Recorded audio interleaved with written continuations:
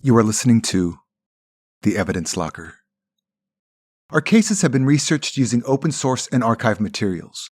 It deals with true crimes and real people. Some parts are graphic in nature, and listener discretion is advised. Each episode is produced with the utmost respect to the victims, their families, and loved ones. Warning: this episode contains references to sexual assault of teenage girls and may not be suitable for all listeners. On the morning of Wednesday, January 27, 1993, a 69-year-old beekeeper, Gabriel Aquino Gonzalez, and his father-in-law, Jose Sala, were getting ready to check their beehives on Jose's property in a small Spanish town called La Romana. The village, which only has around 2,500 residents, is surrounded by countryside where vineyards and almond orchards are grown. There, in a rural mountainous area, near an old, abandoned house, were the beehives of Gabriel and Jose. During the winter, the checkups were not frequent, as it is not good to open the hives in the cold weather. But the two had felt now was the right time. As it was just 10 o'clock and still a bit chilly outside, the two men decided to wait for the sun to warm up before getting to work. Jose used this time to smoke a cigarette, while Gabriel took a walk around the La Rambla, a deep ravine in the area. After 20 minutes, he was about to return when something caught his attention. A reflection from a watch on the ground, half hidden under dry bushes. The weird thing was that it seemed like somebody had placed the branches there purposely to cover something. Gabriel called for Jose. "Come and see what's here. What do you think of this?" Jose came to the scene and decided to remove some twigs with a spatula he had. Underneath, they saw the large silver watch, and to their horror, the wrist that was still wearing it. This discovery eventually shocked the whole country of Spain and changed the lives of the families of 3 young girls forever.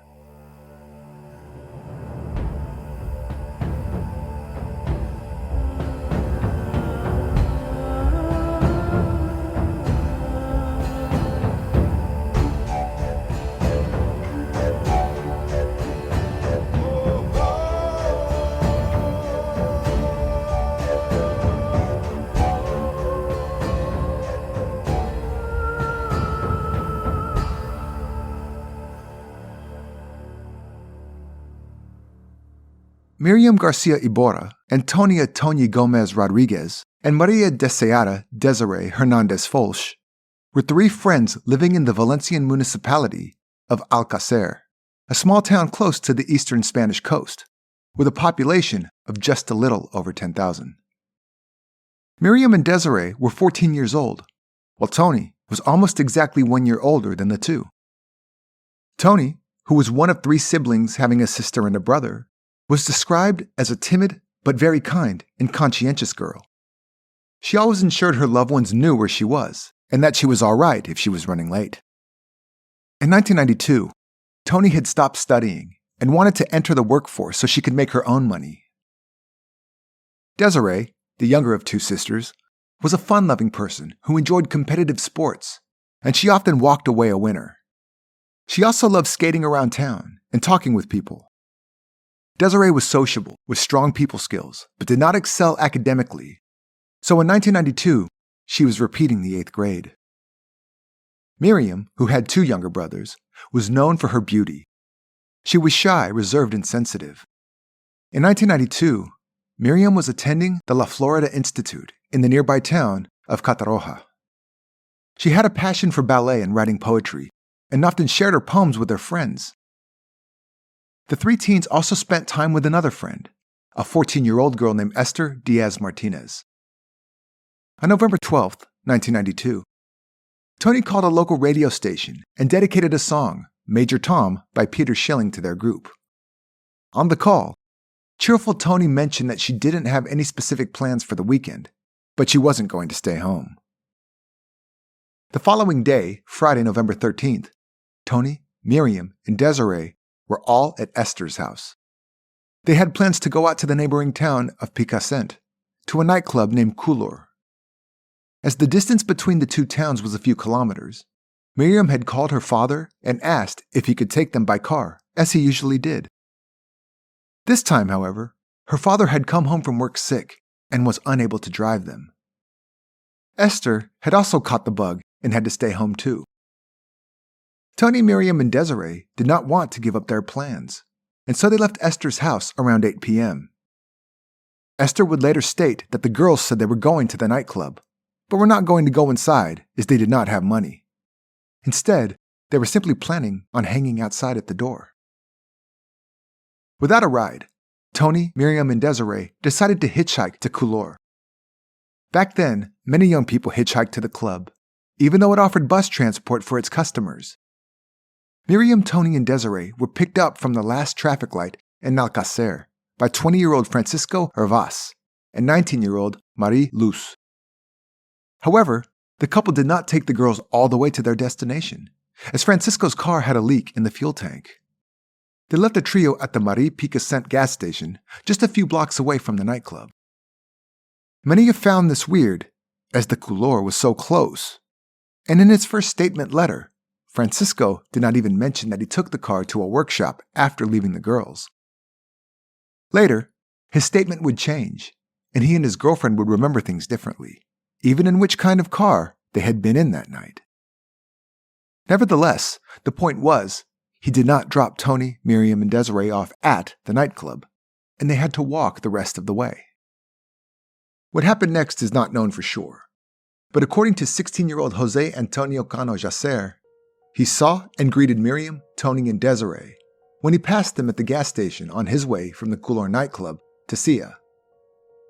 Later, 63-year-old Maria Dolores Baral Soria allegedly saw the girls from her window getting into a white four-door car that was already occupied by 4 people. If those girls were in fact Miriam, Toñi, and Desirée, that was the last time the 3 friends were seen alive. At 10 o'clock that evening, the families of the girls started to get worried. It was dinner time, but the girls had not returned. As time passed, the parents of Miriam, Desirée, and Toñi called each other and learned that none of the girls had come home. Eventually, Miriam's father, Fernando Garcia, went out to search for the missing girls. He went to the Couleur nightclub, but nobody had seen the trio.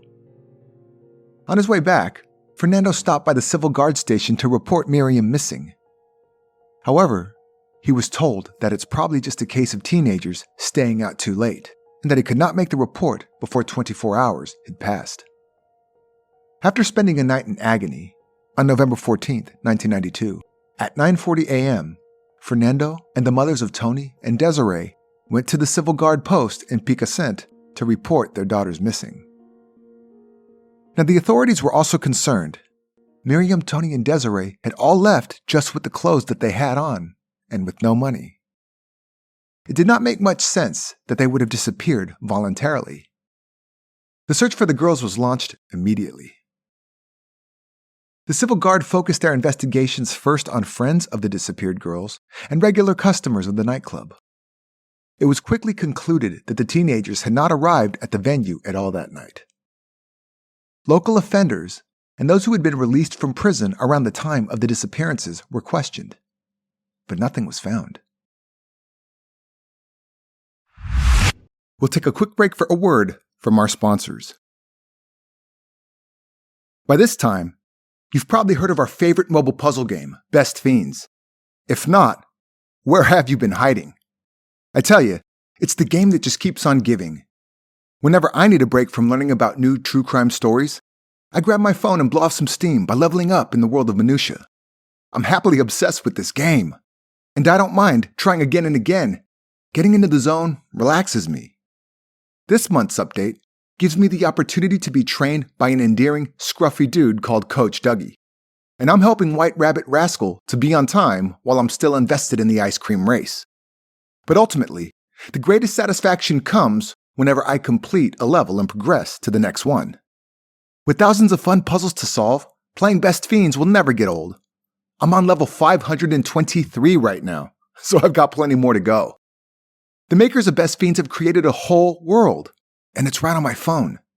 There's great music while you play, bright and colorful graphics, and cute characters. My little fiend, the bumblebee called Biebert, is sporting some cool eyeglasses at the moment, It looks like he's gonna watch a 3D movie in the 80s. The best part is, once the game is downloaded onto your device, you don't need to be online to play. So anyone can play anywhere at any time. Best Fiends has helped me kill loads of time. Make sure you don't miss out. Join me and millions of people who are already playing this fun puzzle game. Enter the world of minutia, collect cute characters, defeat slugs, and move up through more than 6,000 levels. Download Best Fiends for free on the Apple App Store or Google Play today. That's friends without the R. Best Fiends. Now, let's resume today's episode of Evidence Locker. Thousands of missing persons flyers were spread across the entire Valencian community. And when media picked up the story, hundreds of people from all over the country claimed to have seen Miriam, Toñi, and Desirée.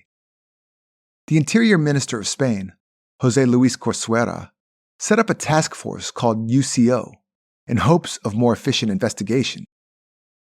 UCO's headquarters were set up in Valencia, the largest city nearby both Alcàsser and Picassent. Eventually, the investigation spread beyond Spanish borders. Even though it was unlikely that the three friends were abroad, Interpol was also informed about the case. Still, despite all the agencies involved, there was no sign of the missing teens. It was like they had disappeared into thin air. Heartbroken and guilt-ridden about not driving Miriam and her friends to the club himself that night, Fernando Garcia kept looking for his daughter tirelessly.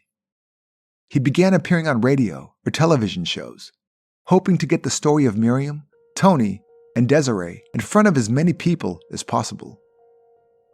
Shortly after the disappearance of the three girls, Fernando appeared on the television program Who Knows Where with Esther, who now seemed to have been incredibly lucky that she stayed home that evening. Eventually, Fernando traveled to London to meet with journalists to spread the word about the search for the girls. During his time in the UK, the fates of his daughter and her two friends were finally discovered.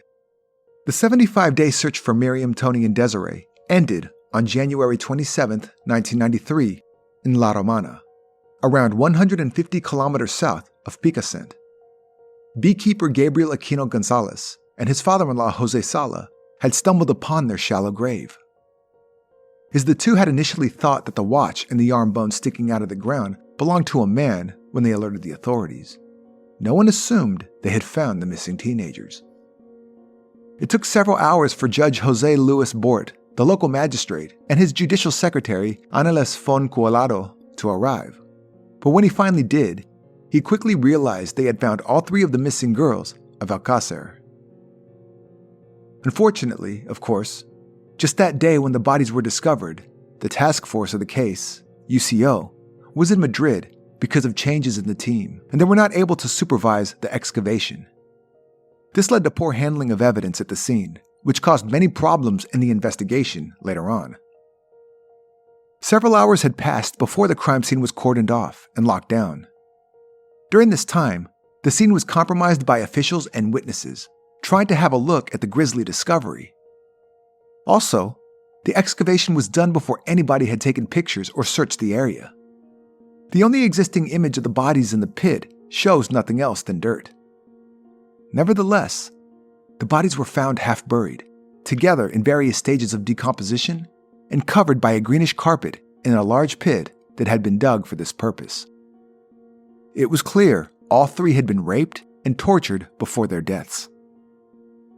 Two of the girls had their heads severed, and their hands were tied with black rope. Alongside the bodies, several other objects were found, including an oversized t-shirt which was believed to belong to one of the victims, a torn corduroy jacket, a handwritten note, 2 pieces of wood, a sailing rope, bits of bone, and a video game cartridge. It's important to note that the police photographed none of these objects before they were taken out of the pit. Many of the items were also not collected as evidence and were left behind at the scene. The evidence that forensic experts did collect was sealed into plastic bags and left out in the elements for hours or even days.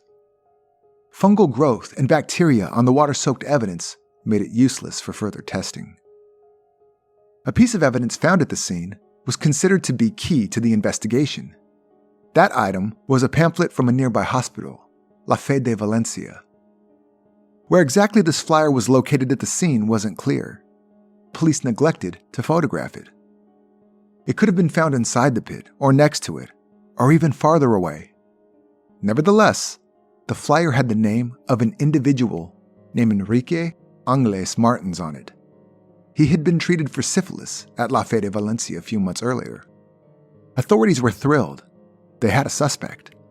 The civil guard was swift to follow this lead, and on the same afternoon, they were at the home of Enrique Angles in Cataroja. The apartment was searched, and after questioning Enrique and his family, investigators concluded that the pamphlet with Enrique's name actually belonged to his brother, 26-year-old Antonio Angles. Antonio, who was not home at the time, had impersonated Enrique at the hospital and was already known to police. Even his own family described Antonio as a very violent man. His sister Kelly later said, "I didn't think he could feel empathy for people. He was very cold. We were all afraid of him." Then, while the civil guard were still at the apartment, a 23-year-old man named Miguel Ricard arrived with two of Antonio's brothers, Mauricio and Ricardo. It is noteworthy that Miguel did not try to escape at any point, but walked in calmly, even when he noticed the civil guard. Officers recognized Miguel as a known criminal associate of Antonio's and took him to the nearby barracks for questioning. Miguel Ricard Tárrega was born on September 12, 1969, in Cataroja, Valencia. His father, Miguel Sr., was a cabinet maker. Unfortunately, his mother, Encarnacion, had died from an epileptic seizure when Miguel was just 3 years old. Due to his mother's death, Miguel's father sent him to the San Juan Bautista College for orphan children in Valencia. When he completed his schooling, he received a scholarship to study at the Labor University of Cheste. But at that point, Miguel's behavior started to deteriorate due to, among other things, mixing with the wrong crowd, and he was sent back to a public school in Cataroja. Miguel's relationship with his father had never been easy, who, according to Miguel, was a drunk who was abusive towards him. This eventually led to Miguel running away from home, just to come back a couple of days later. In addition, Miguel's issues at home and his timid and constantly nervous character resulted in him experimenting with drugs and alcohol from a young age. At 16 years old, Miguel dropped out of school and went to work in the fields, thus supporting his father, who was unemployed. During this time, Miguel started visiting local discotheques and using mainly hashish, alcohol, and occasionally cocaine and Rohypnol. Still, Miguel never developed into a frequent user. A couple of years later, Miguel moved in with his girlfriend and two of her sisters. The girlfriend became pregnant and gave birth to the couple's only child, Maria Rosa Ricard.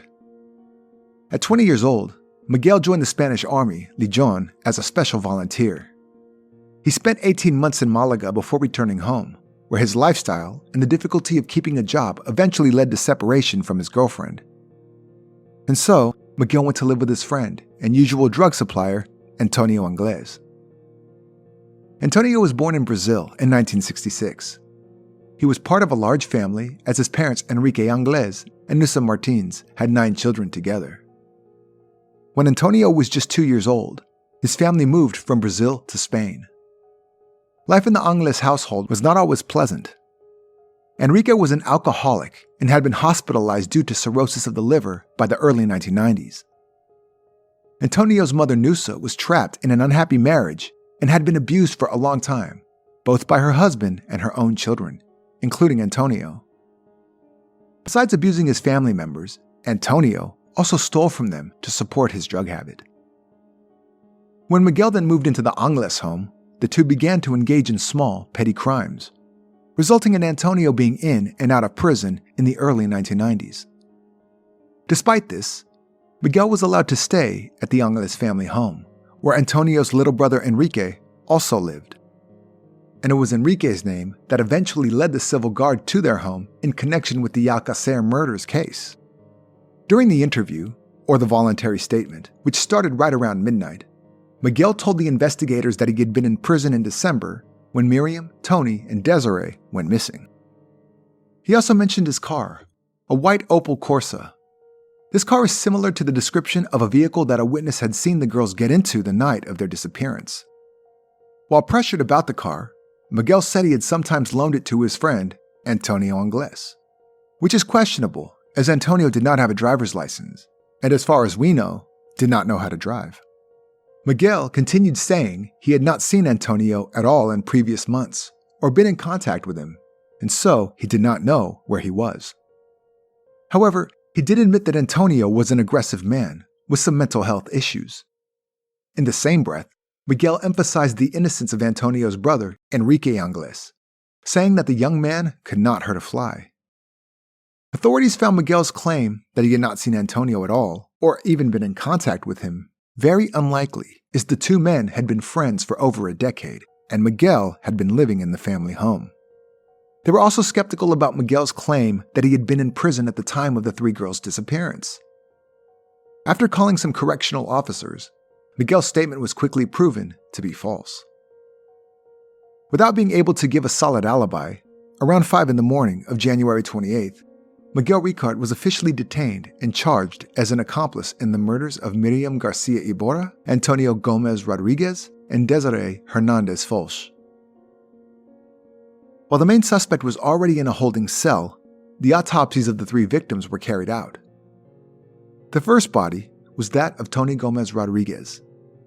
She had been the one wearing the watch that had led to the discovery of the bodies. Her arms had been bound behind her back. Toñi's remains showed various signs of rape, but her hymen was still intact. Therefore, if rape had occurred, it had most likely been anally. Toñi was found without her head attached, but her cause of death was a gunshot wound to the head. It has not been proven if her head was separated because of decapitation or the decomposition process. The second body was Desirée Hernández Folch. She had also been found with her arms bound behind her back with black rope.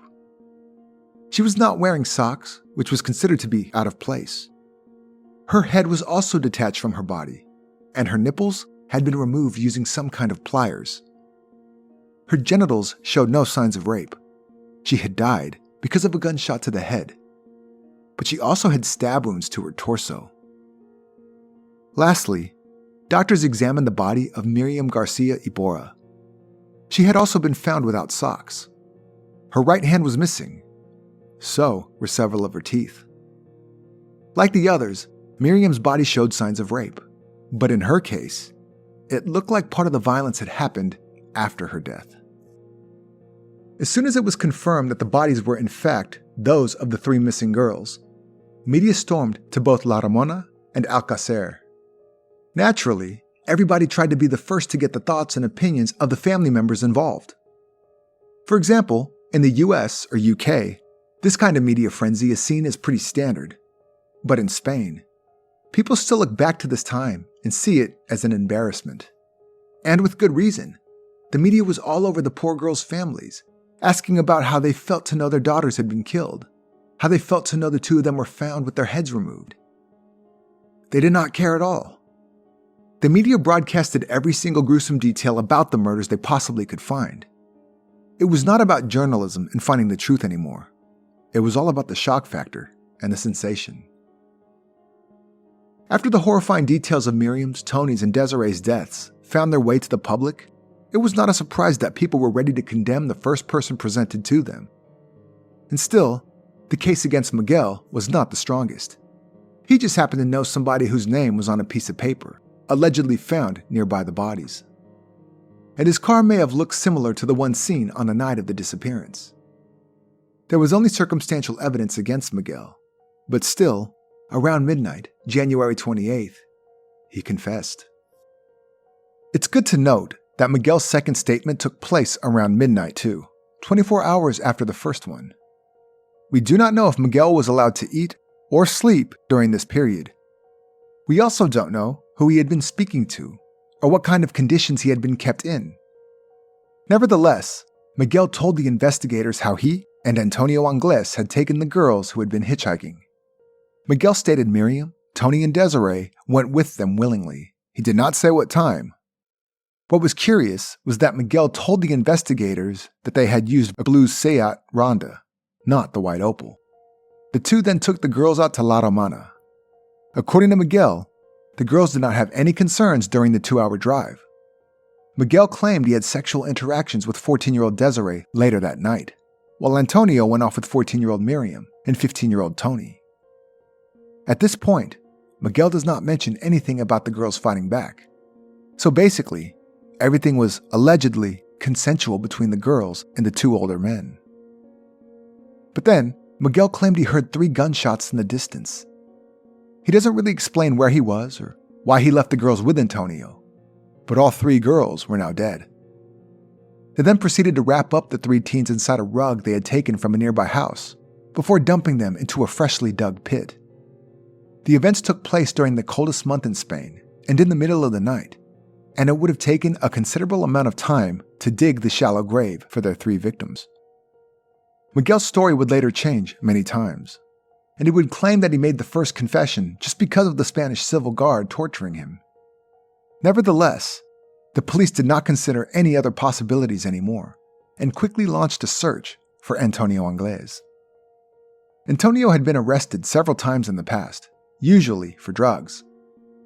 Still, his last arrest had come from binding a woman named Nuria Pera to a pillar in one of the back rooms of his family home and beating her up for hours and hours for stealing a bag of heroin. When the civil guard finally came to the scene after a tip from Antonio's brother Ricardo, Nuria had been chained to that pillar for around 25 hours. Antonio was convicted, but he escaped while visiting home on a 6-day pass in March 1992. Nobody really knew why he was released for this pass after not being in prison even for a year. But when his 6-day pass was over, Antonio did not return back into his cell. After that, authorities have not had any knowledge of his whereabouts. Not even after the search efforts following Miguel's confession. There were even rumors that Antonio had actually been at the apartment on January 27th, when the police came to look for his brother, but that he had jumped from the 4th floor window and disappeared. Without any clues, the only choice was to state that they had lost the trail of Antonio Anglés just a week after Miguel's confession.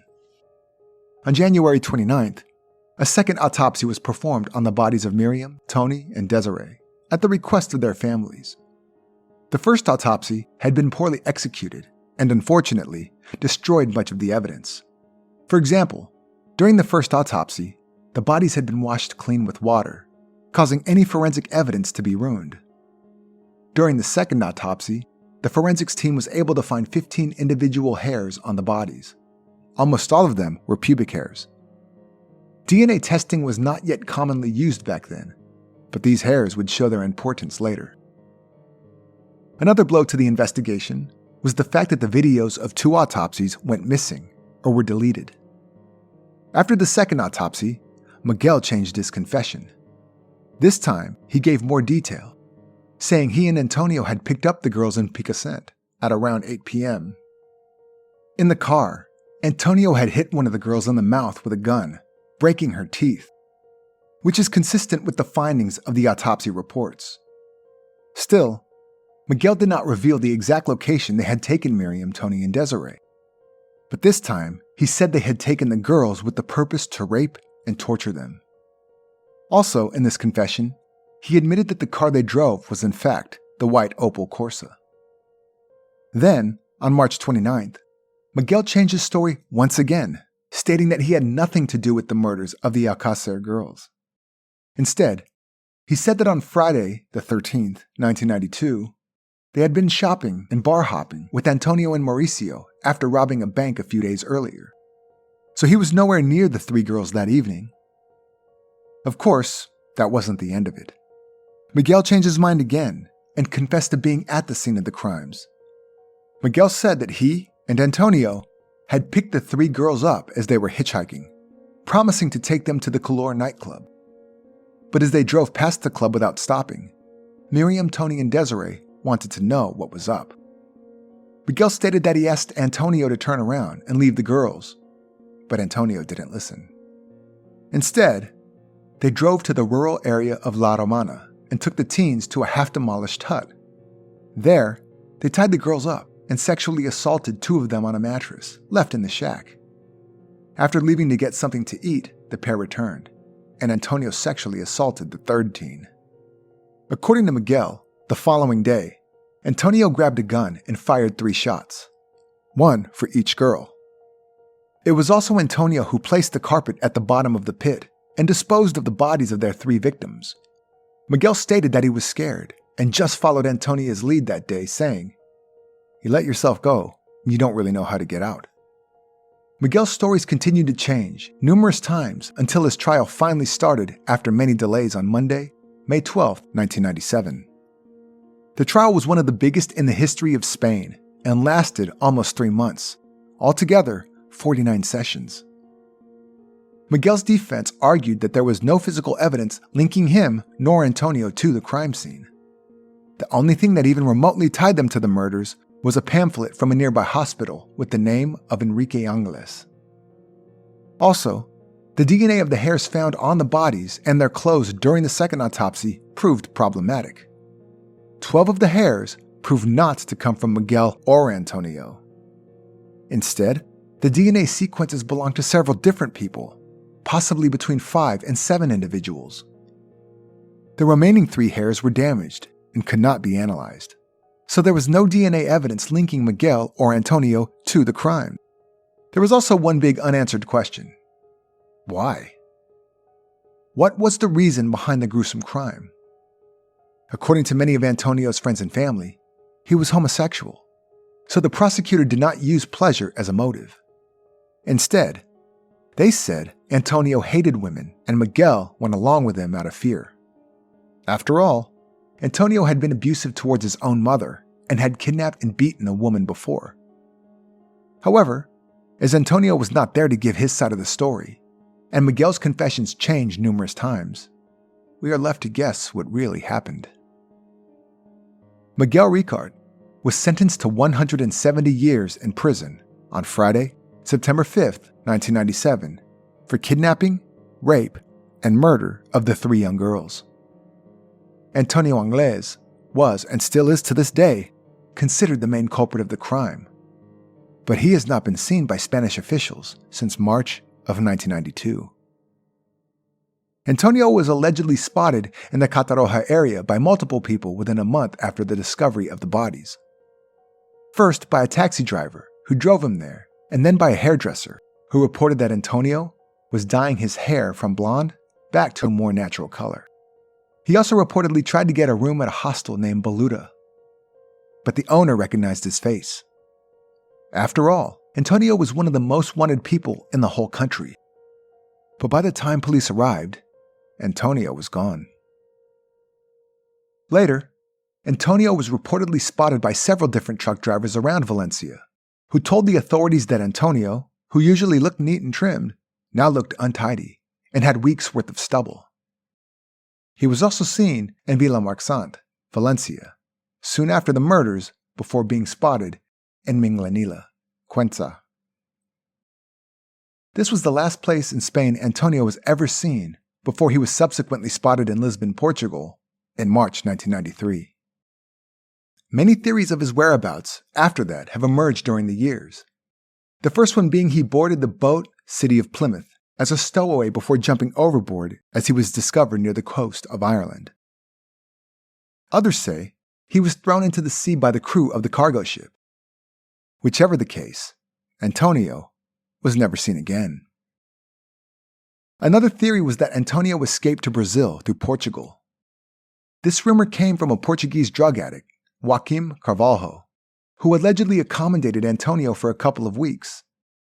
The 2 men had been friends for a long time, but it seemed that now, Antonio took advantage of Joaquim's friendliness and stole his passport before disappearing again.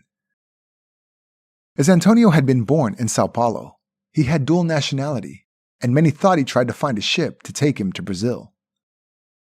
But all of this is speculation, and the story of Antonio Ángeles has become a myth, a legend. How was one man able to run away, primarily by foot, and disappear when the whole country of Spain was after him?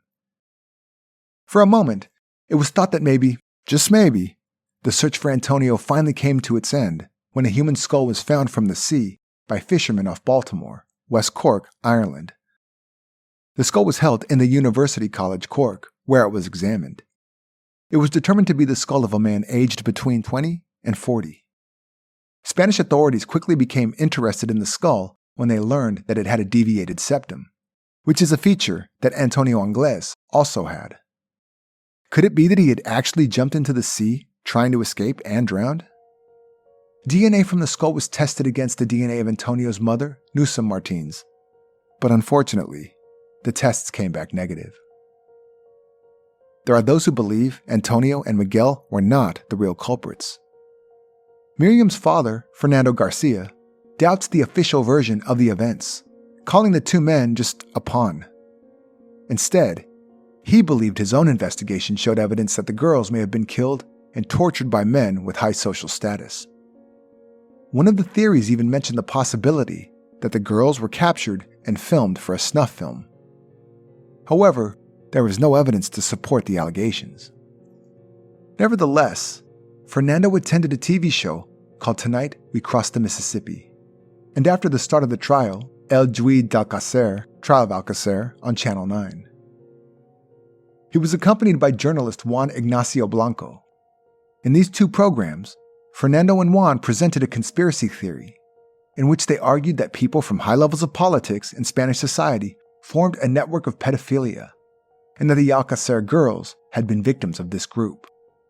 According to their theory, Miguel Ricard and Antonio Anglés had not been anything else than scapegoats. Still, neither Fernando nor Juan was able to provide evidence that would verify the existence of the so-called La Moraleja clan. Fernando was eventually sentenced to pay the compensation of 270,000 euros and a fine of 14,760 euros because of his severe allegations towards civil guard officers and the prosecutor of the case in the program of the trial of Alcàsser. Then, to everybody's surprise, Miguel Ricard was released after just 20 years in prison on November 29, 2013, after the Parrot Doctrine was revoked. As Spain is part of the European Union, the country has to follow laws and rules about terms of imprisonment put in place by the EU, which meant that for a long time, the maximum length of a prison sentence in Spain was 30 years. At the time, Spain reserved the right to keep violent offenders behind bars for their entire term. For Miguel, this would have meant that he was going to die in prison. However, in October 2013, after an ETA, Basque Separatist Organization prisoner, had appealed to the European Court of Human Rights about her over 3,000-year sentence, the Parrot Doctrine was revoked. As a result, the Spanish state was forced to pay 30,000 euros in compensation, and they had to follow the ruling of the European Court in every other criminal case. And so, Miguel was released after spending just 20 of his 170-year sentence in prison. After his release, Miguel has given only one short interview in which he stated he was innocent of killing the 3 young girls, and the prosecution had framed him. After that, Miguel had been living a quiet life, trying to get a fresh start, which is difficult as everyone in Spain knew about him, and he had been recognized everywhere. He was last officially seen on the street in Spain's capital, Madrid, in a routine police check in January 2021. Antonio Anglés still appears on the Interpol website as one of the most wanted fugitives in the world today. Despite the errors in the investigation, the weird DNA evidence, and one of the main suspects being missing all this time, the murders of the Alcàsser girls are considered solved. Still, many unanswered questions remain, and many are waiting and hoping for the whole truth to come out about what really happened to Miriam, Toñi, and Desirée almost 30 years ago on that November night. If you'd like to read more about this case, have a look at the resources used for this episode in the show notes. Also visit us on social media to see more about today's case. We're on Facebook, Instagram, and Twitter. You can also check out our channel on YouTube. If you like what we do here at Evidence Locker, subscribe on Apple Podcast or wherever you are listening right now, and kindly leave a 5-star review. This was the Evidence Locker. Thank you for listening.